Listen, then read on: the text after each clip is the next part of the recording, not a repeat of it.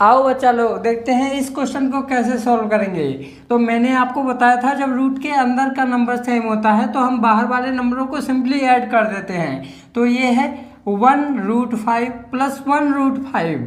तो आप इसको ऐड करेंगे, आंसर आएगा 2√5।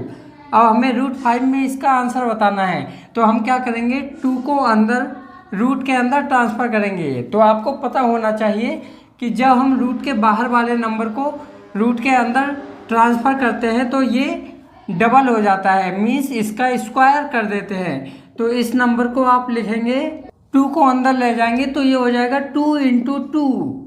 और जब आप इसको मल्टीप्लाई करेंगे तो ये हो जाएगा आपका 5 2 10, 10 2 20। तो आपका आंसर आएगा √20। अब आपको ये वाला क्वेश्चन सॉल्व करके आंसर कमेंट करना है, जल्दी करो, सीख लो बच्चों सीख लो। हमारा क्वेश्चन है अर्धगोले के संपूर्ण पृष्ठ का क्षेत्रफल ज्ञात कीजिए यदि अर्धगोले की त्रिज्या 7 सेंटीमीटर हो। तो अर्धगोले के संपूर्ण पृष्ठ के क्षेत्रफल का फॉर्मूला होता है, पार्टी में गया था रसमलाई खाई पेट भरकर। अर्धगोले के संपूर्ण पृष्ठ का क्षेत्रफल 3πr²।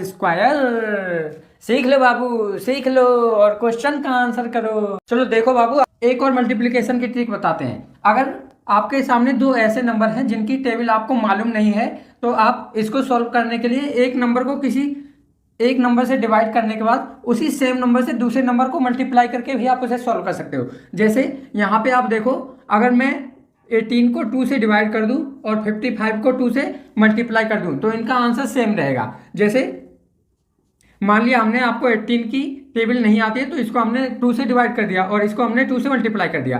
तो 18 को जब आप 2 से डिवाइड करोगे तो 9 आंसर आएगा और जब आप 55 को 2 से मल्टीप्लाई करोगे तो ये 110 हो जाएगा। अब आपको 9 की टेबल तो आती ही है, आप इसको 9 से मल्टीप्लाई कर दो, 9 0 0, 9 1 9 एंड 9 1 9 और ये आपका आंसर होगा। इसी तरह से आपको 35 × 16 को मल्टीप्लाई करके आंसर कमेंट करना है। सीख लो बाबू सीख लो और जल्दी से। मान लो हमें √27 की वैल्यू फाइंड करनी है। अब आप √27 की वैल्यू तो फाइंड कर नहीं पाएंगे, बहुत मुश्किल होता है ये। तो हम क्या करेंगे, हम इस √27 को ऐसे दो नंबरों में ब्रेक कर लेंगे जिसमें से एक नंबर हमारा स्क्वायर होता हो और एक नंबर हमारा स्क्वायर नहीं होगा। तो हम इसको क्या करेंगे, नेक्स्ट स्टेप में 25 का स्क्वायर रूट लिखेंगे, 5 होता है, और इसको प्लस कर देंगे। पहले लिखेंगे 2 को किससे डिवाइड करेंगे, तो ये जो हमारा नंबर आया है इसमें 2 से मल्टीप्लाई करने के बाद, यानी कि इसका डबल करके, ये वाला 2 नहीं इसका डबल करके जो भी आंसर आता है उसे डिवाइड कर देंगे। जैसे 5 2 10 आता है, आप 10 से इसको डिवाइड कर दोगे। अब आपको इसे सॉल्व करना है, तो ये तो हमारा 5 का 5 है और जब आप 10 से 2 को डिवाइड करोगे तो आंसर आएगा 0.2।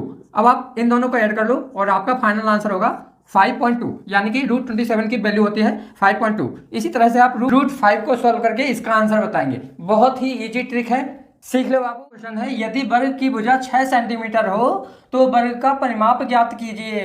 इसके लिए हमें वर्ग के परिमाप का फॉर्मूला लर्न होना चाहिए। तो इसकी बहुत सिंपल सी ट्रिक है, तुझे लगेगा श्राप भगवान देगा सजा, वर्ग का परिमाप 4 गुणा भुजा। सीख लो बाबू सीख लो। समद्विबाहु त्रिभुज की समान भुजाओं की लंबाई 6 सेंटीमीटर और तीसरी भुजा की लंबाई 4 सेंटीमीटर है, तो इसका परिमाप बताइए। इस क्वेश्चन को सॉल्व करने के लिए बाबू हमें समद्विबाहु त्रिभुज के परिमाप का फॉर्मूला पता होना चाहिए।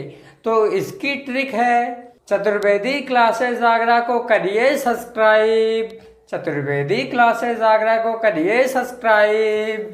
समद्विबाहु त्रिभुज का परिमाप 2a + b। सीख लो बाबू सीख लो। यहाँ A समान भुजा और B तीसरी भुजा या असमान भुजा है। अब इस क्वेश्चन को सॉल्व करके इसका आंसर कमेंट करिए।